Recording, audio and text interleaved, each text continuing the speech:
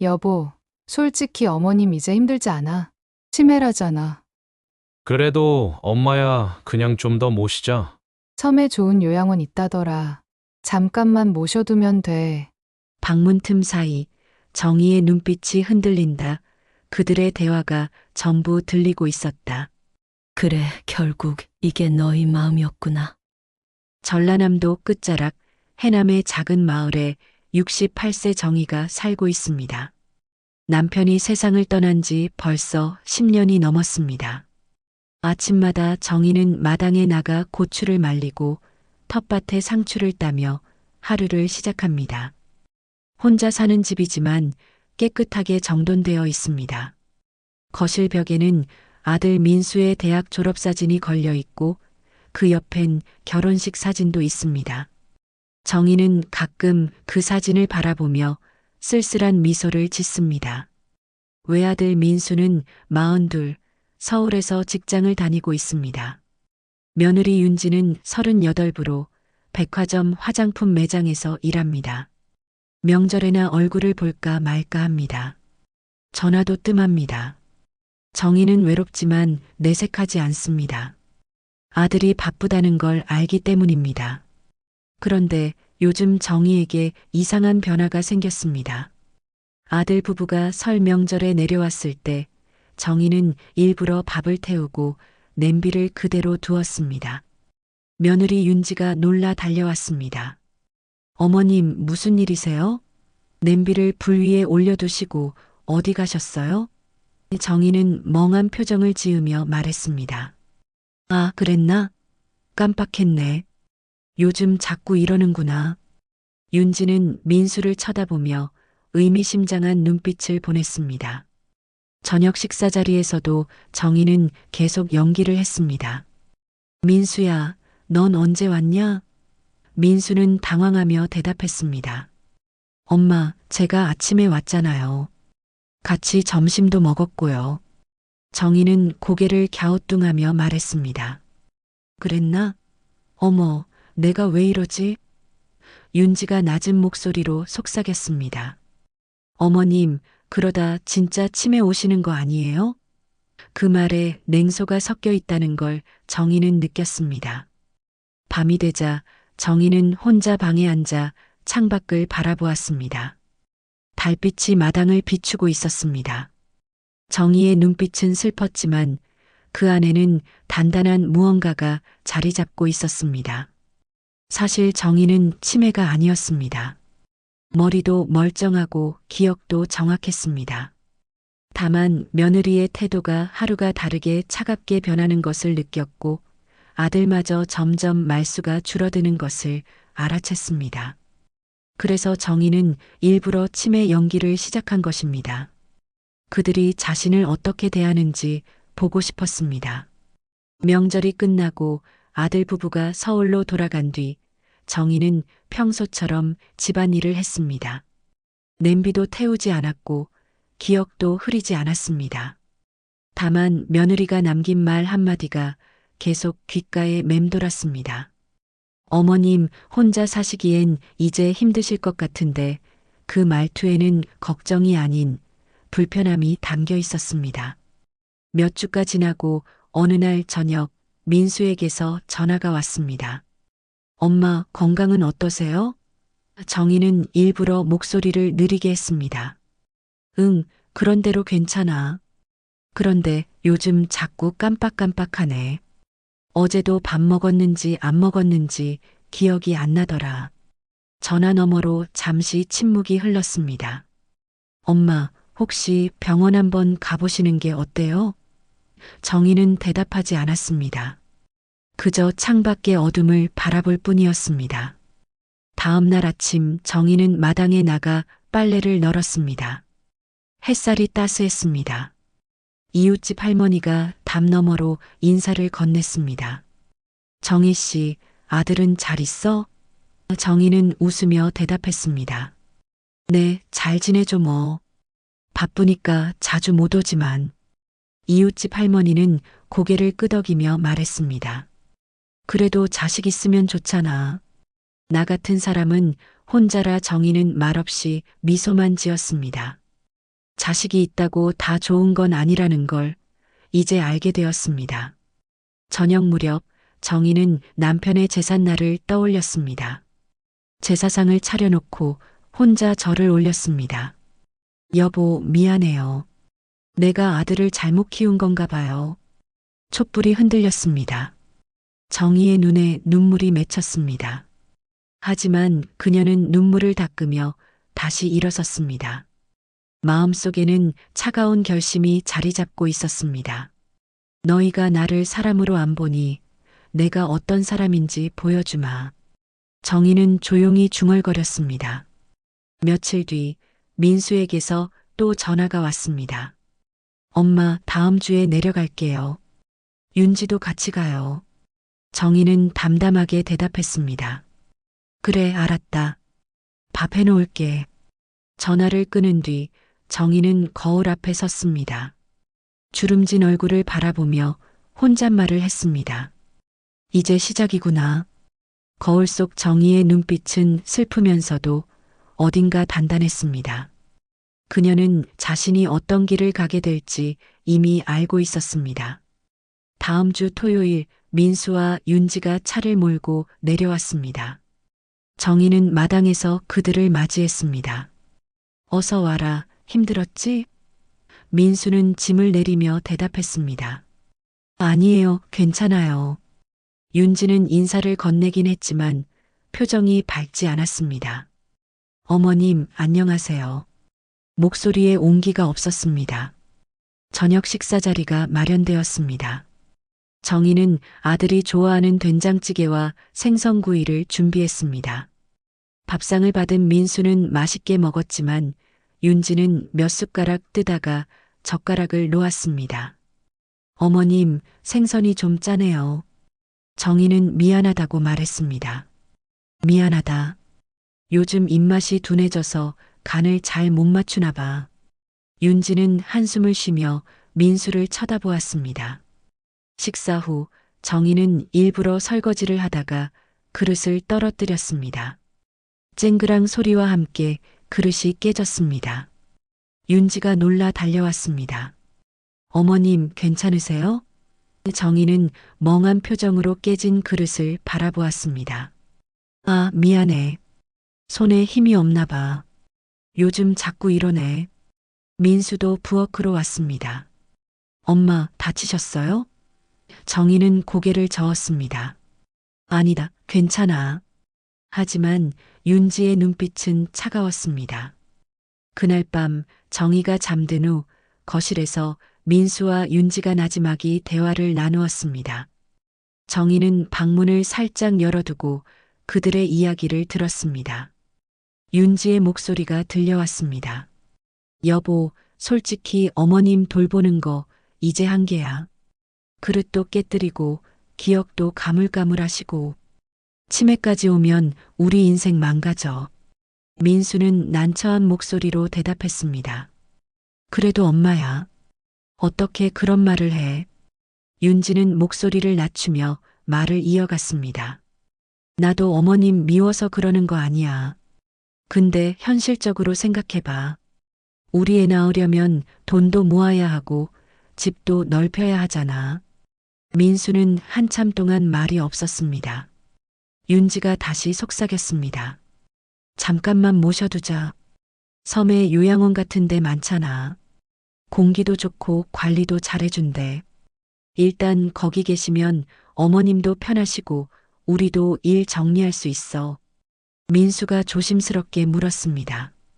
그게 효도야? 윤지는 한숨을 쉬며 대답했습니다. 효도는 평생 하는 거잖아. 지금은 서로를 위한 시간이 필요한 거야. 잠깐만이야, 잠깐만.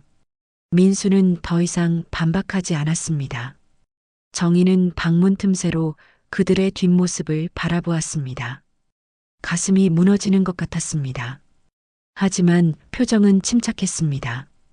이미 예상했던 일이었습니다. 그래, 결국 이거구나. 정희는 조용히 중얼거렸습니다. 눈을 감고 깊은 숨을 들이쉬었습니다. 마음속에서 무언가가 단단하게 굳어가는 걸 느꼈습니다. 다음 날 아침 윤지는 밝은 표정으로 정희에게 말을 꺼냈습니다. 어머님, 저희가 좋은 곳 알아봤어요. 남해 쪽에 요양시설인데 공기도 좋고 산책로도 있대요. 어머님 건강에도 좋을 것 같아서요. 정희는 고개를 끄덕였습니다. 그래, 거기가 좋다면 한번 가볼까? 윤지는 놀란 듯 물었습니다. 어머님, 정말 괜찮으세요? 정희는 웃으며 대답했습니다. 너희가 나를 위해 알아봤다는데 뭐가 안 괜찮겠니? 민수는 미안한 표정으로 말했습니다. 엄마, 잠깐만이에요. 우리 정리할 것들 정리하고 바로 모시러 갈게요. 정희는 아들의 손을 잡았습니다. 괜찮다. 너희도 살아야지. 며칠 후 짐을 꾸릴 때 정희는 일부러 중요한 서류들을 챙겼습니다. 통장, 인감도장, 그리고 남편이 남긴 토지 문서. 윤지는 그것들을 힐끗 쳐다보며 물었습니다. 어머님, 그런 건 저희가 보관해 드릴까요? 정희는 고개를 저었습니다. 아니야, 내가 들고 있을게. 혹시 모르니까. 윤지의 입꼬리가 살짝 올라갔습니다. 네, 그러세요. 차를 타고 남해로 향하는 길, 정희는 창밖을 바라보았습니다. 산과 들이 지나갔습니다. 민수는 운전하며 가끔 백미러로 어머니를 쳐다보았습니다. 죄책감이 몰려왔지만 입 밖으로 꺼내지 못했습니다. 윤지는 옆자리에서 핸드폰을 만지작거리며 부동산 앱을 들여다보고 있었습니다. 몇 시간 후 차는 남해의 작은 섬으로 들어가는 선착장에 도착했습니다. 배를 타고 섬으로 건너가는 동안 정희는 파도 소리를 들었습니다. 바람이 차가웠습니다. 민수가 말했습니다. 엄마, 여기 바다 보세요. 경치 좋죠? 정희는 고개를 끄덕였습니다. 그래, 예쁘네. 하지만 가슴 한구석은 얼어붙고 있었습니다.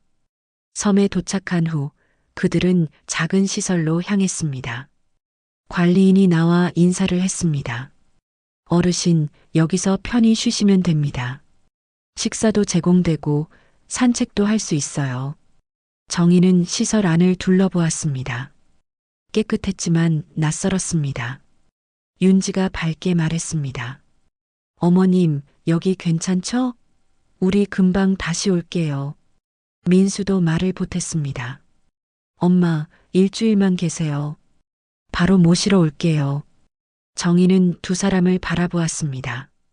그래, 알았다. 너희 조심히 가거라. 윤지는 환하게 웃었습니다. 하지만 차가 떠나고 배가 섬을 벗어나자 정희는 알았습니다. 그들이 다시 오지 않을 거라는 것을.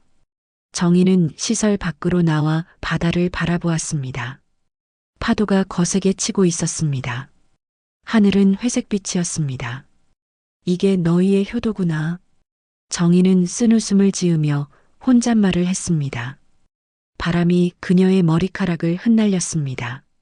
섬에 도착한 첫날 밤 비바람이 몰아쳤습니다. 창문을 두드리는 빗소리가 요란했습니다. 정희는 낯선 침대에 누워 천장을 바라보았습니다. 잠이 오지 않았습니다. 시설 안은 조용했지만 밖에서는 파도 소리가 끊임없이 들려왔습니다. 정희는 이불을 끌어당기며 눈을 감았습니다. 마음 한구석이 시렸습니다. 다음 날 아침 정희는 일찍 일어나 밖으로 나왔습니다. 시설 주변을 천천히 걸었습니다. 섬은 작았습니다. 집들이 듬성듬성 흩어져 있고 사람들도 많지 않았습니다. 바닷가를 따라 걷다가 정희는 작은 가게를 발견했습니다. 주인 할머니가 나와 인사를 건넸습니다. 어디서 오셨어요? 정희는 담담하게 대답했습니다. 서울서 왔습니다.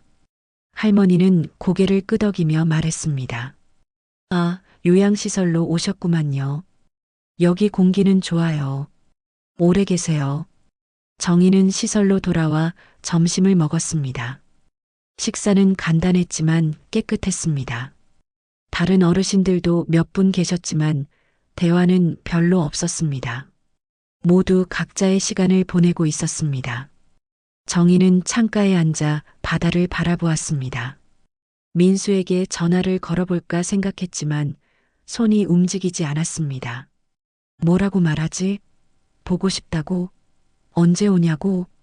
정희는 혼잣말을 하며 고개를 저었습니다. 일주일이 지났습니다. 민수에게서 연락이 없었습니다. 정희는 매일 아침 산책을 했고 오후에는 시설 안에서 책을 읽거나 뜨개질을 했습니다. 관리인이 가끔 말을 걸었습니다. 어르신, 가족분들 연락 오셨어요? 정희는 고개를 저었습니다. 아직 안 왔네요. 관리인은 미안한 표정을 지었습니다. 조금만 기다리세요. 바쁘신가 봐요. 열흘째 되던 날 정희는 시설을 나와 마을 쪽으로 걸어갔습니다. 해변가에서 한 노인이 그물을 손질하고 있었습니다. 70 정도 되어 보이는 남자였습니다. 정희는 그 옆을 지나가다가 발을 헛디뎌 넘어질 뻔했습니다. 노인이 재빨리 정희의 팔을 잡아주었습니다. 조심하시오. 돌이 많아서 위험하오. 정희는 고맙다고 인사했습니다. 감사합니다. 노인은 정희를 찬찬히 바라보았습니다. 서울서 온 노인이라 했소? 얼굴에 그늘이 깊구먼. 정희는 대답하지 않았습니다. 노인은 더 이상 묻지 않고 다시 그물을 손질했습니다. 정희는 그 자리를 떠나려다가 갑자기 어지러움을 느꼈습니다. 몸이 휘청거렸습니다. 노인이 다시 정희를 붙잡았습니다. 괜찮으시오? 정희는 힘없이 고개를 끄덕였습니다.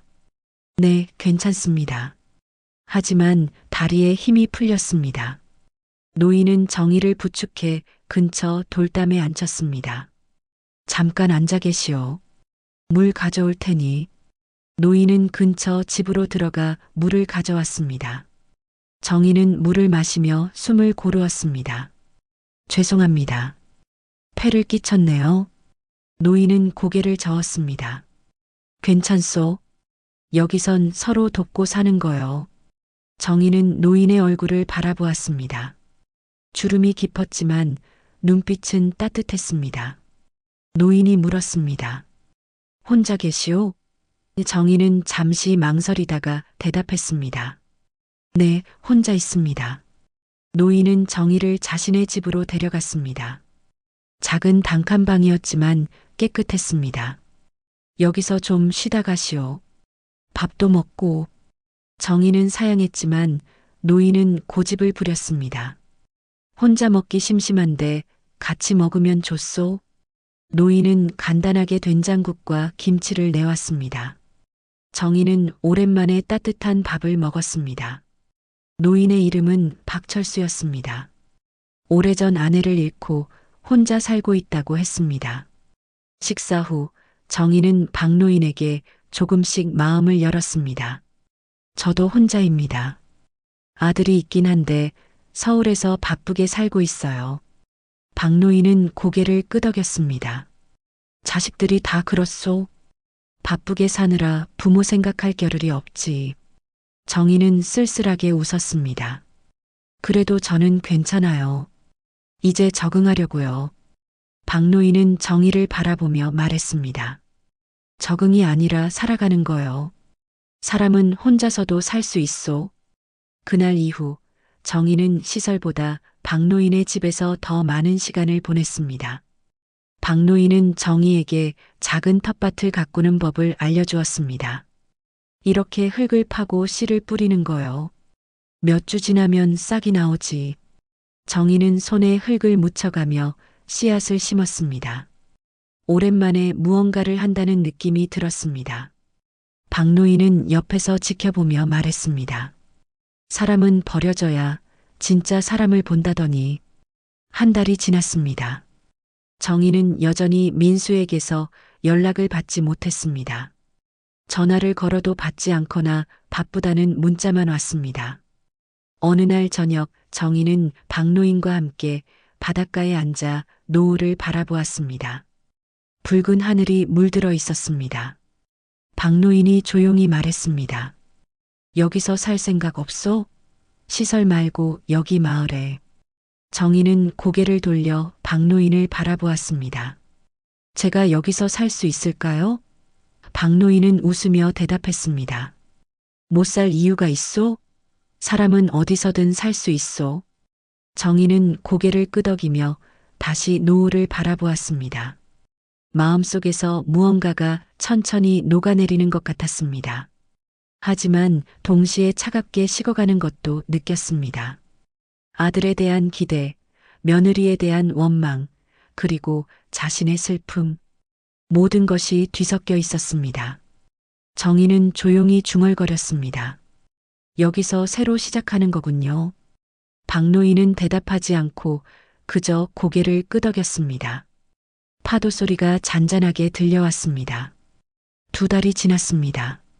정희는 시설을 나와 마을의 작은 빈집에서 살기 시작했습니다. 박노인이 알아봐준 집이었습니다. 월세는 거의 없었고 집주인은 서울로 떠난 지 오래였습니다. 정희는 그 집을 깨끗하게 청소하고 텃밭을 가꾸며 하루하루를 보냈습니다. 아침이면 박노인과 함께 바닷가를 산책했고 오후에는 밭일을 했습니다. 저녁에는 둘이서 간단한 저녁을 나눠 먹었습니다. 어느 날 저녁 정희는 박노인에게 조심스럽게 물었습니다. 아들한테 연락이 안 와요. 전화를 해도 받지 않고 혹시 무슨 일이 생긴 걸까요? 박노인은 담배를 피우며 대답했습니다. 자식이란 게 그렇소. 필요할 때만 찾지. 필요 없으면 잊어버리고. 정희는 쓸쓸하게 웃었습니다. 그래도 제 아들은 그러지 않을 거라고 믿었는데. 박노인은 담배 연기를 내뿜으며 말했습니다. 사람은 결국 혼자요. 그걸 빨리 받아들일수록 편하오. 그 무렵 서울에서는 민수와 윤지가 정희의 집을 정리하고 있었습니다. 집 안 곳곳을 뒤지며 필요한 것들을 챙겼습니다. 윤지가 서랍을 열다가 통장 한 묶음을 발견했습니다. 여보, 이것 봐. 어머님 통장이야. 민수는 다가와 통장을 펼쳐보았습니다. 이게 뭐야? 예금이 꽤 있네. 윤지는 눈을 빛내며 말했습니다. 그리고 이것 봐. 토지 문서도 있어. 해남에 땅이 있대. 민수는 놀라며 문서를 들여다보았습니다. 이런 게 있었어? 윤지는 재빨리 계산기를 두드렸습니다. 이 땅 시세가 얼마나 될까? 한번 알아봐야겠어. 며칠 후 윤지는 부동산에 문의했습니다. 통화를 마친 윤지는 흥분한 얼굴로 민수에게 말했습니다. 여보, 이 땅 지금 시세가 억 단위래. 개발 예정 지역이라서 곧 더 오를 거래. 민수는 망설이며 물었습니다. 그래도 엄마 재산인데 우리가 함부로 하면 안 되지 않아? 윤지는 한숨을 쉬며 대답했습니다. 어머님이 치매 오시잖아. 우리가 관리해 드려야지. 나중에 다 어머님한테 드릴 거면서 뭐가 문제야? 민수는 더 이상 반박하지 못했습니다. 윤지는 정희의 인감도장을 찾아냈습니다. 그리고 조용히 서류를 준비하기 시작했습니다. 일단 땅부터 정리하자. 어머님 명의로 두면 세금만 나가잖아. 민수는 불안한 표정으로 물었습니다. 엄마한테 말씀 안 드려도 돼? 윤지는 단호하게 대답했습니다. 어머님이 뭘 아셔? 치매인데. 우리가 알아서 해드리는 게 효도야. 민수는 고개를 끄덕였지만 마음 한구석이 불편했습니다. 그 주말 윤지와 민수는 해남의 땅을 보러 갔습니다. 넓은 대지가 펼쳐져 있었습니다. 부동산 중개인이 설명했습니다. 여기 곧 도로 개설 예정이고 상업지구로 편입될 가능성이 높습니다. 지금 팔면 좋은 가격 받으실 수 있어요. 윤지는 만족스러운 표정을 지었습니다. 일단 명의 이전부터 하고 팔죠. 중개인은 고개를 끄덕였습니다. 서류만 준비하시면 바로 진행 가능합니다. 한편 섬에서는 정희가 밭일을 하고 있었습니다. 땀을 흘리며 상추를 심던 정희는 문득 민수가 생각났습니다. 이제 석 달째네. 연락 한 번 없이. 정희는 허리를 펴고 하늘을 올려다보았습니다. 구름이 천천히 흘러가고 있었습니다. 박노인이 옆에서 말했습니다. 그만 기다리시오. 안 오는 사람 기다리면 마음만 아프오. 정희는 고개를 끄덕이며 대답했습니다. 알아요. 이제 기다리지 않으려고요. 저녁 무렵 정희는 집으로 돌아와 샤워를 했습니다. 거울 앞에 서서 자신의 얼굴을 바라보았습니다. 주름이 늘었지만 눈빛은 예전보다 단단해 보였습니다. 이제 내 인생을 살아야지. 정희는 혼잣말을 했습니다. 그날 밤 정희는 오랜만에 일기를 썼습니다. 오늘로 석 달째. 아들에게서 연락이 없다.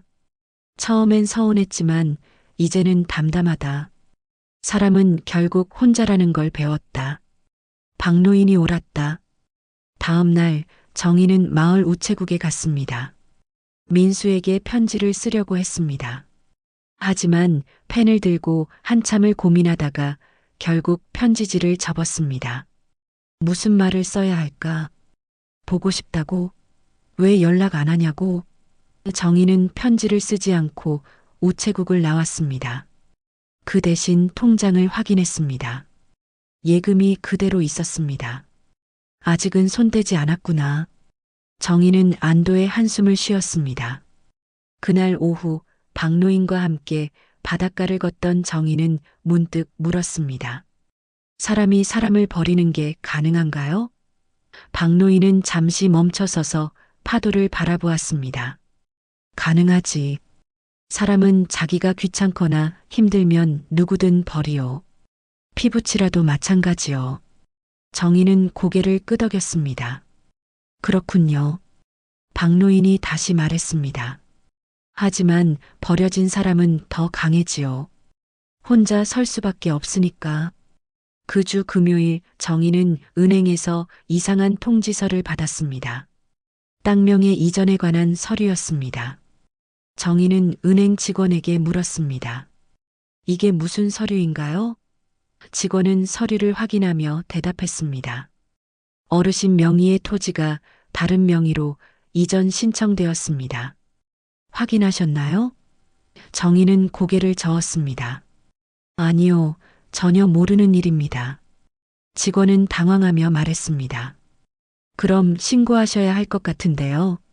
정희는 떨리는 손으로 서류를 들고 집으로 돌아왔습니다. 박노인에게 서류를 보여주며 물었습니다. 이게 무슨 뜻인가요? 박노인은 서류를 읽어보고 얼굴을 굳혔습니다. 아들 내외가 땅을 넘기려는 것 같소. 정희는 주저앉으며 말했습니다. 설마 그럴 리가. 하지만 마음속 깊은 곳에서는 이미 알고 있었습니다. 결국 이렇게 되는구나. 정희의 눈에서 눈물이 흘러내렸습니다. 박노인은 정희의 어깨를 두드려 주었습니다. 이제 선택하시오. 당하고 살 건지 맞서 싸울 건지. 그날 밤 정희는 잠을 이루지 못했습니다. 천장을 바라보며 생각에 잠겼습니다. 내가 뭘 잘못했을까? 아들을 어떻게 키웠기에 이런 일을 당하는 걸까? 하지만 자책만 하고 있을 수는 없었습니다. 정희는 일어나 서랍에서 남편의 사진을 꺼냈습니다. 여보, 당신이 남긴 땅을 지켜야겠어요. 아들이 이렇게 나올 줄 몰랐어요. 사진 속 남편은 조용히 웃고 있었습니다. 다음 날 아침 정희는 박노인과 함께 섬의 작은 파출소를 찾아갔습니다. 젊은 경찰관이 나와 맞이했습니다. 어르신, 무슨 일이세요? 정희는 서류를 내밀며 설명했습니다. 제 명의의 땅이 제 동의 없이 넘어가고 있습니다. 어떻게 해야 하나요? 경찰관은 서류를 살펴보고 말했습니다. 일단 은행에 명예 이전 중단 신청을 하셔야 합니다. 그리고 변호사와 상담하시는 게 좋겠어요. 정희는 고개를 끄덕였습니다. 변호사요? 어디서 찾아야 하죠? 경찰관은 명함 한 장을 건넸습니다. 여기 목포에 계신 분인데 이런 사건 많이 다루십니다. 정희는 박노인과 함께 목포로 향했습니다. 배를 타고 바다를 건너는 동안 정희는 창밖을 바라보았습니다. 마음이 무겁고 답답했습니다. 박노인이 옆에서 말했습니다. 걱정 마시오. 법은 당신 편이요. 정희는 고개를 끄덕였지만 확신이 서지 않았습니다. 과연 그럴까요? 목포에 도착한 정희는 변호사 사무실을 찾아갔습니다. 50대 중반으로 보이는 변호사가 정희를 맞이했습니다. 어르신 앉으세요. 무슨 일로 오셨습니까? 정희는 서류를 꺼내며 차근차근 설명했습니다. 변호사는 서류를 꼼꼼히 살펴보더니 고개를 끄덕였습니다. 이건 명백한 재산 침해입니다. 어르신의 동의 없이 명예 이전을 시도한 거니까요. 정희는 물었습니다. 제가 뭘 해야 하나요? 변호사는 대답했습니다. 일단 명예 이전 중단 가처분을 신청하고 형사 고소도 고려하셔야 합니다. 정희는 잠시 망설이다가 물었습니다. 형사 고소요? 제 아들인데요. 변호사는 차분하게 설명했습니다. 어르신 가족이라고 해서 법을 어겨도 되는 건 아닙니다. 지금 아드님이 하시는 행동은 명백히 불법입니다. 정희는 눈을 감았습니다. 가슴이 무너지는 것 같았습니다. 하지만 동시에 분노도 치밀어 올랐습니다. 알겠습니다. 진행해 주세요. 변호사는 고개를 끄덕이며 서류를 준비하기 시작했습니다. 며칠 후 민수는 법원으로부터 서류를 받았습니다. 명예 이전 중단 가처분 통지서였습니다. 민수는 당황하며 윤지에게 보여주었습니다. 여보, 이게 무슨 일이야? 엄마가 법적 조치를 취했어? 윤지는 서류를 빼앗아 읽어보고 얼굴이 하얗게 질렸습니다. 이게 무슨 소리야? 어머님이 어떻게 이런 걸 알았지? 민수는 떨리는 목소리로 말했습니다. 은행에서 통지가 갔나 봐. 우리가 너무 성급했어. 윤지는 소리를 질렀습니다. 당신이 제대로 확인 안 했잖아. 어떻게 어머님한테 들킬 수가 있어? 민수는 전화기를 들고 정희에게 전화를 걸었습니다. 한참 만에 정희가 전화를 받았습니다. 엄마, 나 민수야. 정희는 차가운 목소리로 대답했습니다. 알아. 무슨 일이냐? 민수는 말을 더듬었습니다. 엄마, 그게 오해가 있는 것 같아. 우리가 엄마 재산을 관리해 드리려고 한 건데. 정희는 웃음을 터뜨렸습니다. 관리? 내 동의도 없이 명의를 넘기는 게 관리냐? 민수는 할 말을 잃었습니다. 정희가 다시 말했습니다. 민수야, 너 나를 어떻게 생각하냐? 치매 걸린 늙은이라고 생각하지? 아무것도 모를 거라고 생각했지? 민수는 변명했습니다. 엄마, 그게 아니라 정희는 말을 끊었습니다. 그만해. 이제 변호사를 통해서 이야기하자. 나 혼자 외로이 버려진 줄 알았지? 하지만 나도 사람이야. 당하고만 살지 않아. 정희는 전화를 끊었습니다. 민수는 멍하니 전화기를 들고 서 있었습니다. 윤지는 소파에 주저앉으며 울음을 터뜨렸습니다. 이제 어떻게 해? 우리 새집 계약금 넣었는데 그 돈 어떻게 마련해? 민수는 고개를 숙였습니다. 내가 잘못했어. 엄마한테 제대로 말씀도 안 드리고. 윤지는 화를 냈습니다. 지금 그게 중요해? 어머님이 고소라도 하면 당신 전과자 돼. 민수는 무릎을 꿇고 앉았습니다. 미안해. 내가 엄마를 섬에 버린 게 잘못이었어. 그날 밤 민수는 혼자 방에 앉아 과거를 떠올렸습니다. 어린 시절 어머니가 새벽부터 시장에 나가 일하며 자신을 키워준 기억. 대학 등록금을 마련하기 위해 밤낮 없이 일하던 어머니의 모습. 그런 어머니를 자신은 섬에 버렸습니다. 명절에 한번 찾아가는 것도 귀찮아했습니다. 민수는 눈물을 흘렸습니다. 엄마, 미안해요. 정말 미안해요. 며칠 후 변호사가 정희에게 연락을 했습니다. 어르신, 좋은 소식이 있습니다. 고인께서 남기신 유산이 추가로 발견되었습니다. 정희는 놀라며 물었습니다. 유산이요? 변호사는 설명했습니다. 남편분께서 생전에 가입하신 주식과 예금이 있습니다. 총액이 상당합니다. 어르신 명의로 상속 절차를 밟으셔야 합니다. 정희는 떨리는 목소리로 물었습니다. 얼마나 되나요? 변호사는 대답했습니다. 대략 6천만 원 정도 됩니다. 정희는 전화를 끊고 한참 동안 멍하니 앉아 있었습니다. 박노인이 물었습니다. 무슨 일이요? 정희는 천천히 대답했습니다. 남편이 남긴 돈이 있대요. 제가 몰랐던 돈이. 박노인은 고개를 끄덕이며 말했습니다. 하늘이 당신을 버리지 않았구만. 정희는 눈물을 흘리며 웃었습니다. 그러게요. 남편이 저를 지켜주고 있나 봐요. 그날 밤 정희는 남편의 사진 앞에 앉아 말했습니다. 여보, 고마워요. 당신 덕분에 제가 살아갈 수 있겠어요. 아들한테 의지하지 않고 제 힘으로 살 수 있어요. 정희는 사진을 꼭 안았습니다. 오랜만에 마음이 따뜻해졌습니다. 하지만 동시에 차가운 결심도 굳어졌습니다. 이제 내 인생은 내가 결정할 거예요. 아무도 나를 함부로 대하지 못하게 할 거예요. 일주일 후 정희는 변호사와 함께 모든 상속 절차를 마쳤습니다. 통장에는 예상보다 더 많은 돈이 입금되었습니다. 남편이 조용히 모아둔 주식과 적금, 그리고 해남의 땅까지 합치면 상당한 재산이었습니다. 정희는 통장을 들여다보며 혼잣말을 했습니다. 이제 내가 어떻게 살아야 할지 생각해 봐야겠어. 박노인이 옆에서 말했습니다. 돈이 생겼다고 마음이 편해지는 건 아니요. 중요한 건 앞으로 어떻게 사느냐지. 정희는 고개를 끄덕였습니다. 돈보다 중요한 건 자신의 삶이었습니다. 아들에게 의지하지 않고 자신의 힘으로 살아가는 것. 그것이 정희가 원하는 삶이었습니다. 저는 여기서 계속 살고 싶어요. 이 섬에서요. 박노인은 미소를 지었습니다.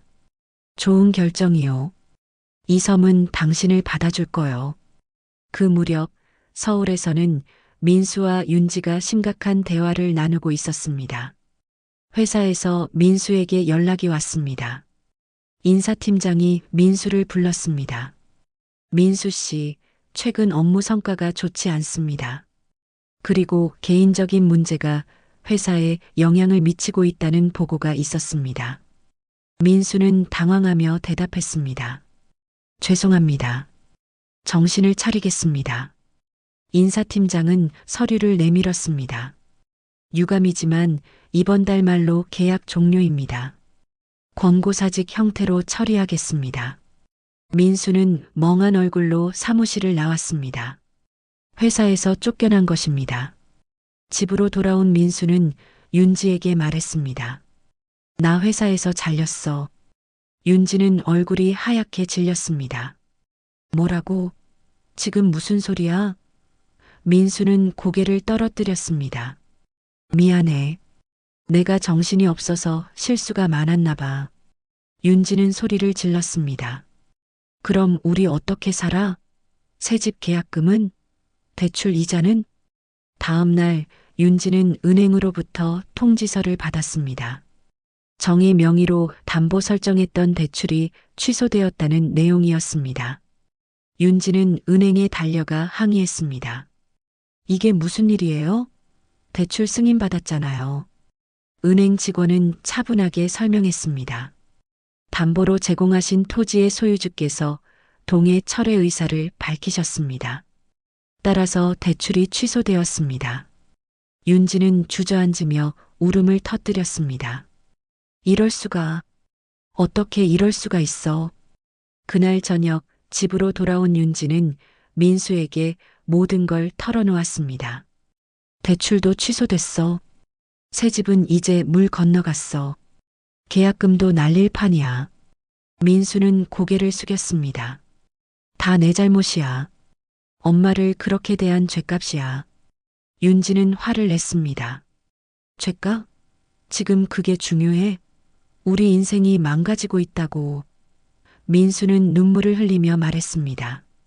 엄마한테 빌어야 해. 무릎 꿇고 빌어야 해. 며칠 후 민수는 용기를 내어 섬으로 향했습니다. 혼자였습니다. 윤지는 가지 않겠다고 했습니다. 배를 타고 섬에 도착한 민수는 마을 사람들에게 정의의 거처를 물었습니다. 저기 해변가 쪽 작은 집에 사십니다. 민수는 그 집을 찾아갔습니다. 문을 두드리자 정의가 나왔습니다. 민수를 본 정의의 표정은 차갑게 굳어 있었습니다. 엄마 민수는 말을 잇지 못했습니다. 정의는 팔짱을 끼고 민수를 바라보았습니다. 무슨 일이냐? 민수는 고개를 숙였습니다. 엄마 미안해요. 정말 잘못했어요. 정의는 차갑게 대답했습니다. 미안하다는 말은 이제 듣기 싫구나. 내가 나한테 한 짓을 생각하면 그 말이 얼마나 가벼운지 알겠더라. 민수는 무릎을 꿇었습니다. 엄마 용서해 주세요. 제가 정말 잘못했어요. 정의는 민수를 내려다보았습니다. 가슴 한편이 무너지는 것 같았지만 표정은 단단했습니다. 민수야, 내가 나를 섬에 버리고 갈 때 뭐라고 했지? 금방 온다고 했지. 그런데 석 달이 넘도록 연락 한 통 없었어. 그리고 내 재산을 몰래 빼돌리려고 했지. 그게 자식이 할 짓이냐? 민수는 눈물을 흘리며 대답했습니다. 죄송해요. 변명할 수 없어요. 다 제 잘못이에요. 정의는 민수를 일으켜 세웠습니다. 미안하단 말보다 살아서 속죄해라. 이제부터 내 인생은 내가 책임져라. 나한테 기대지 말고. 민수는 고개를 끄덕였습니다. 엄마, 그럼 엄마는 앞으로 어떻게 사실 거예요? 정의는 창밖을 바라보며 대답했습니다. 나는 여기서 내 삶을 살 거다. 너희 없이도 잘 살 수 있어. 민수는 더 이상 할 말이 없었습니다. 그는 고개를 숙이고 집을 나섰습니다. 뒤돌아보니 정의가 문 앞에 서서 민수를 바라보고 있었습니다. 그 눈빛에는 슬픔과 단호함이 동시에 담겨 있었습니다. 민수는 배를 타고 섬을 떠났습니다. 뒤돌아보니 섬이 점점 멀어지고 있었습니다. 민수는 눈물을 닦으며 혼잣말을 했습니다. 엄마, 정말 미안해요. 며칠 후 정의는 변호사와 함께 중요한 결정을 내렸습니다. 제 재산을 어떻게 처리할지 결정했습니다. 일부는 제가 살아가는 데 쓰고 나머지는 사회에 기부하고 싶습니다. 변호사는 놀라며 물었습니다. 아드님께는 남기지 않으시겠습니까? 정의는 고개를 저었습니다. 아들은 이제 자기 힘으로 살아야 합니다. 제 재산에 기대지 말고요. 변호사는 고개를 끄덕이며 서류를 준비했습니다. 정의는 그날 저녁 박노인과 함께 바닷가를 걸었습니다. 석양이 아름다웠습니다. 박노인이 물었습니다. 후회 없소? 정의는 고개를 끄덕였습니다. 없어요. 이제 마음이 편해요. 아들에게 매달리지 않아도 되고 제 인생을 제가 결정할 수 있으니까요. 박노인은 미소를 지었습니다. 잘하셨소. 사람은 결국 자기 삶을 살아야 하오.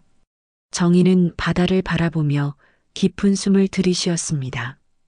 짠 바닷바람이 얼굴을 스쳤습니다. 이제 새로운 시작이에요. 버려진 게 아니라 자유로워진 거예요. 정의는 조용히 웃었습니다. 하늘에는 별이 하나둘 떠오르기 시작했습니다. 파도 소리가 잔잔하게 들려왔습니다. 정의는 이제 두렵지 않았습니다.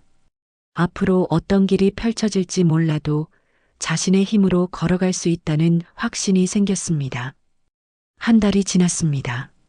정의는 변호사와 함께 재산 기부 절차를 마무리했습니다. 토지와 예금의 대부분을 지역사회복지재단에 기부하기로 결정했습니다.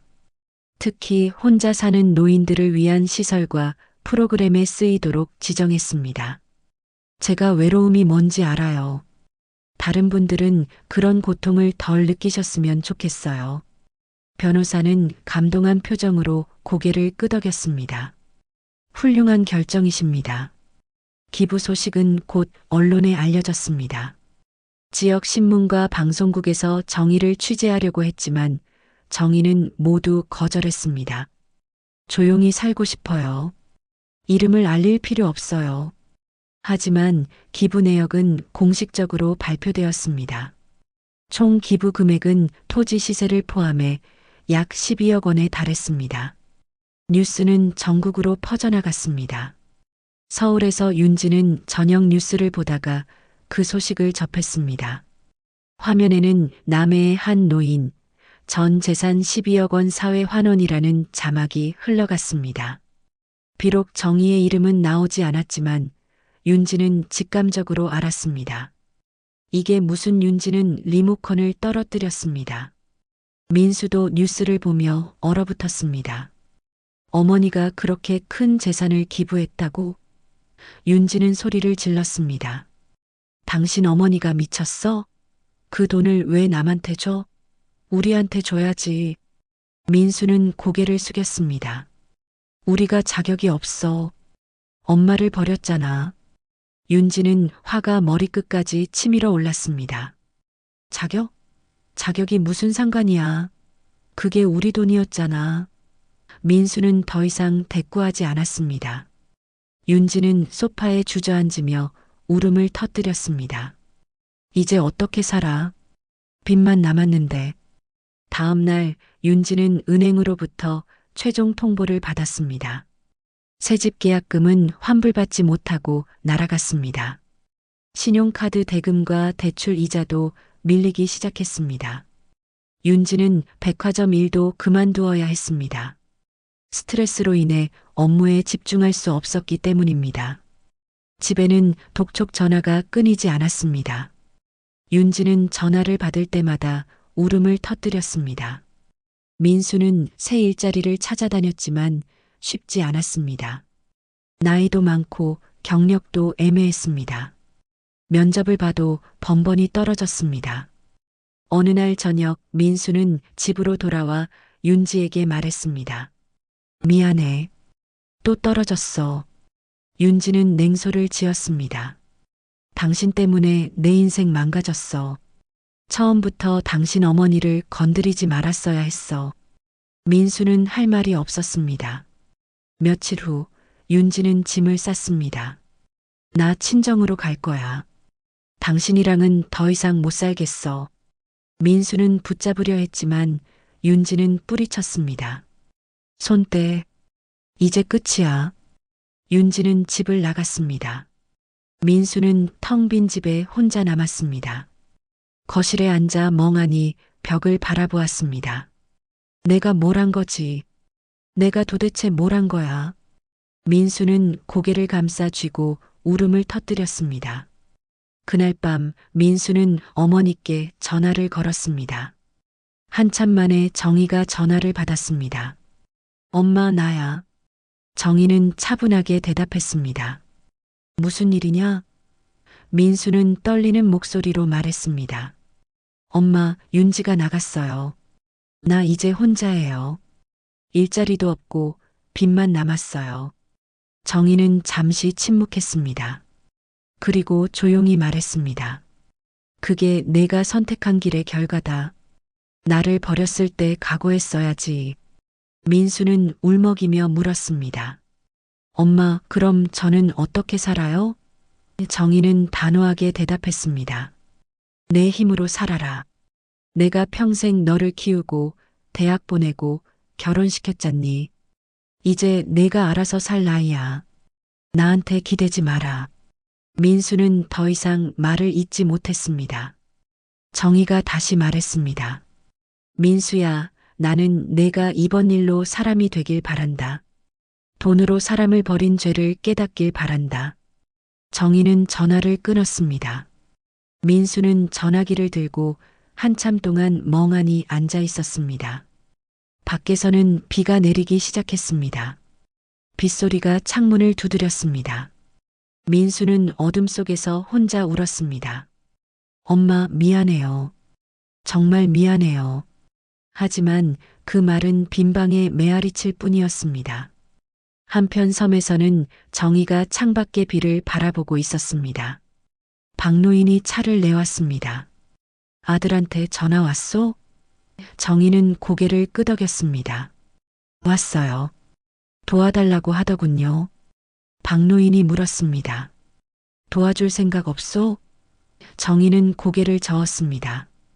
이제는 제 인생을 살아야죠. 아들도 자기 인생을 살아야 하고요. 돕는 게 사랑이 아니에요. 때로는 내버려 두는 게 진짜 사랑이죠. 박노인은 고개를 끄덕이며 차를 마셨습니다. 현명한 선택이요. 정희는 미소를 지었습니다. 이제야 자유로워진 기분이에요. 누구에게도 얽매이지 않고 제가 하고 싶은 대로 살 수 있어요. 박노인은 웃으며 말했습니다.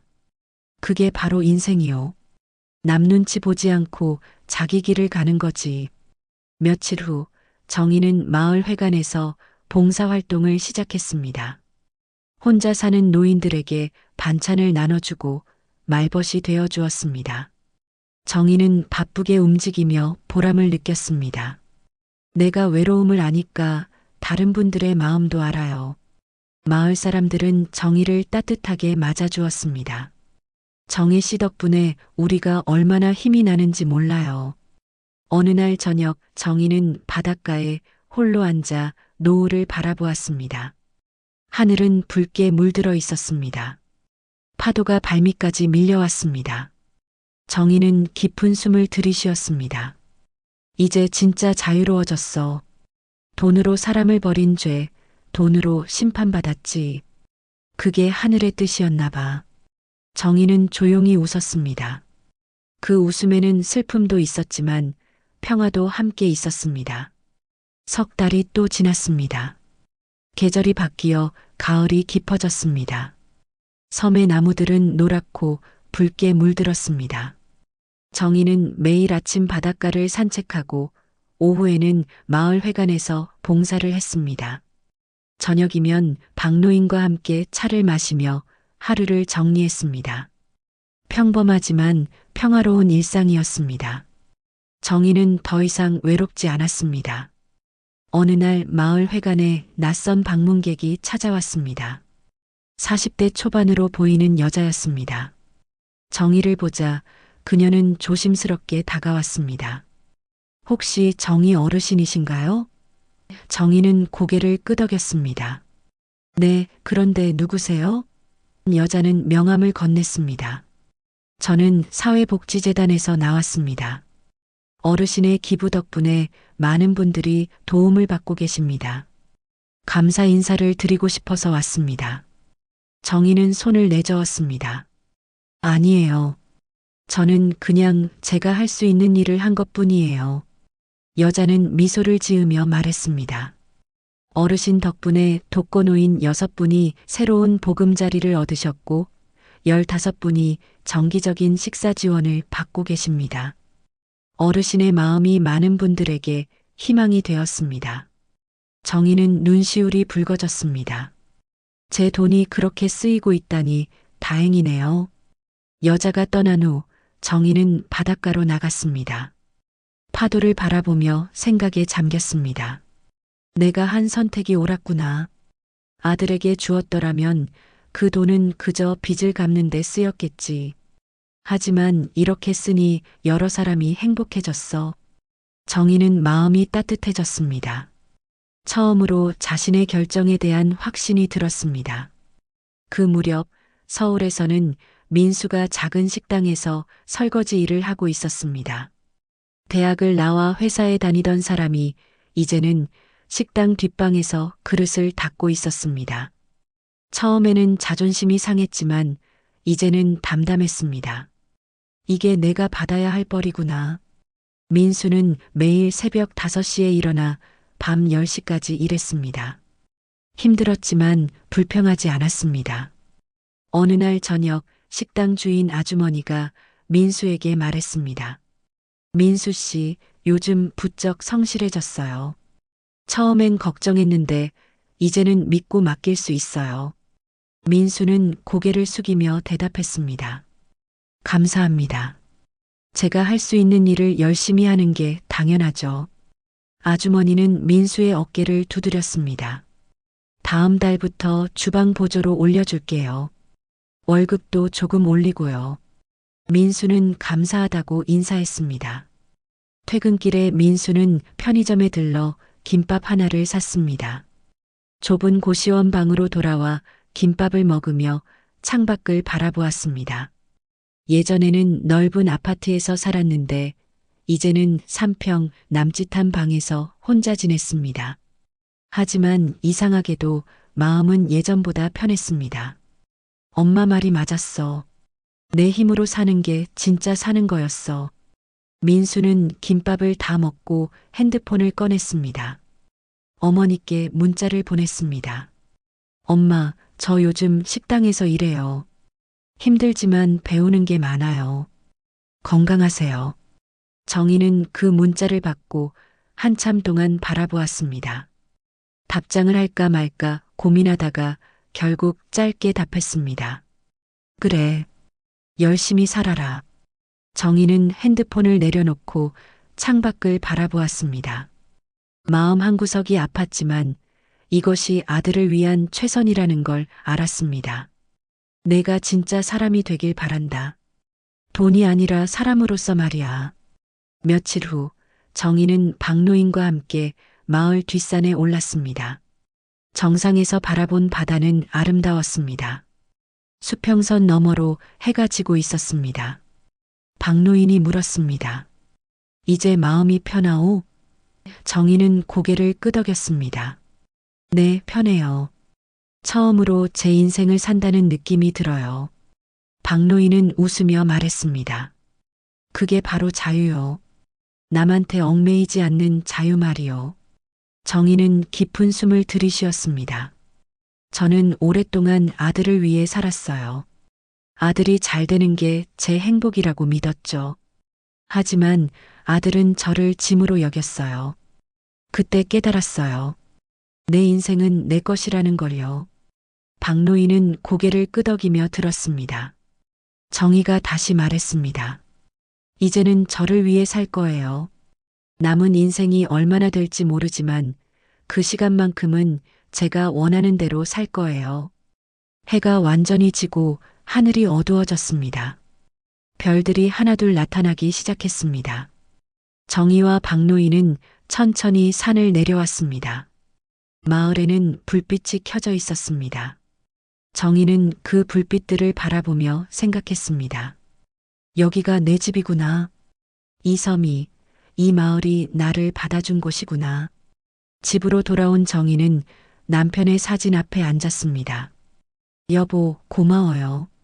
당신이 남긴 것들로 제가 새 삶을 시작했어요. 아들은 이제 자기 길을 가고 있고 저도 제 길을 가고 있어요. 우리 잘하고 있는 거죠? 사진 속 남편은 여전히 조용히 웃고 있었습니다.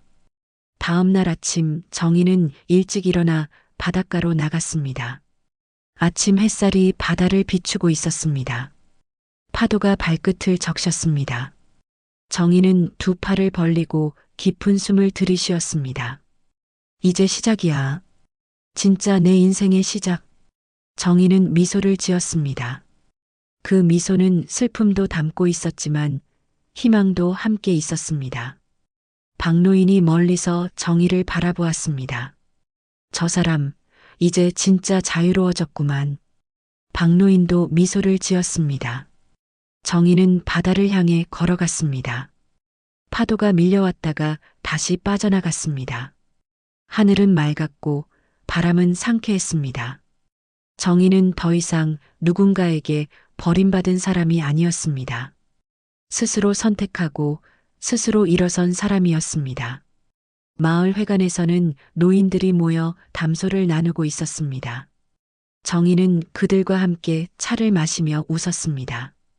우리 다음 주에 김장하기로 했죠? 한 할머니가 대답했습니다. 그럼요. 정희 씨가 도와주신다니 든든해요. 정희는 고개를 끄덕였습니다. 제가 할 수 있는 일이라면 뭐든지 하죠. 저녁이 되자 정희는 혼자 바닷가를 걸었습니다. 노을이 하늘을 붉게 물들였습니다.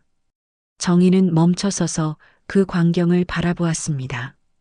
참 아름답다. 이런 풍경을 매일 볼 수 있다니. 정희는 행복했습니다. 크게 부족한 것도 없었고 크게 바라는 것도 없었습니다. 그저 하루하루를 살아가는 것만으로 충분했습니다. 밤이 되었습니다. 정희는 창가에 앉아 별을 바라보았습니다. 수많은 별들이 하늘을 수놓고 있었습니다. 정희는 조용히 중얼거렸습니다. 나는 버림받은 게 아니었어. 나는 깨어난 거였어. 진짜 나를 찾은 거였어. 정희의 얼굴에는 평화로운 미소가 번졌습니다. 파도 소리가 잔잔하게 들려왔습니다. 섬의 밤은 고요했고 정희의 마음도 고요했습니다. 이제 정희는 누구의 어머니도 누구의 며느리도 아닌 그저 정희 자신으로 살아가고 있었습니다.